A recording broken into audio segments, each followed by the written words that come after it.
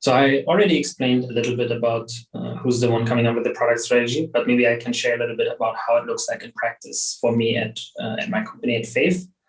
Because like when it comes to these questions, let's go back quickly. These three questions for the product strategy.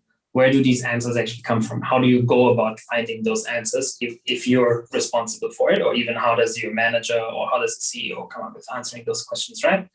Because it's not like you can just come up with whatever you want randomly on the spot. No, usually there is a defined reason why the company exists. Maybe it's not written down anywhere, but that's where then you need to be very close to your CEO, especially in early stage startups where you may be one of the only few product guys.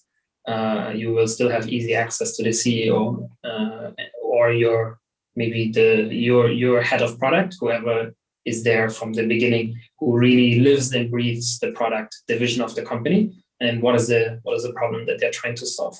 But also the like who we want to be in the future, or what do we want to be in the future, that can change. Like even if there was a defined product vision or a defined company vision in the beginning, it's also very important for you to keep on being on the lookout. What are your competitors doing, and what are your customers saying? How are they interacting with your product, and how does your product fit into their lives? So that's how you can then see like how is your product currently solving a problem in the world, but also how can it evolve in the future to continue solving it.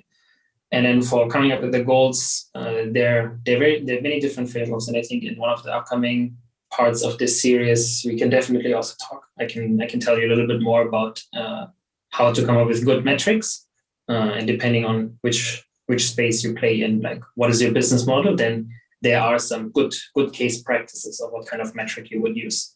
And then lastly, how do you come up with initiatives? So from all the ideas that come in, from your custom interviews, from feedbacks, from customers, ideas from CEO or any other leader in your company, you basically try to figure out which of these ideas, which of these problems that you see actually fit in this strategy. So if I have 3 different ideas and only one of them actually contributes to the goal that I set or fits into the vision, then that's the one you should go for.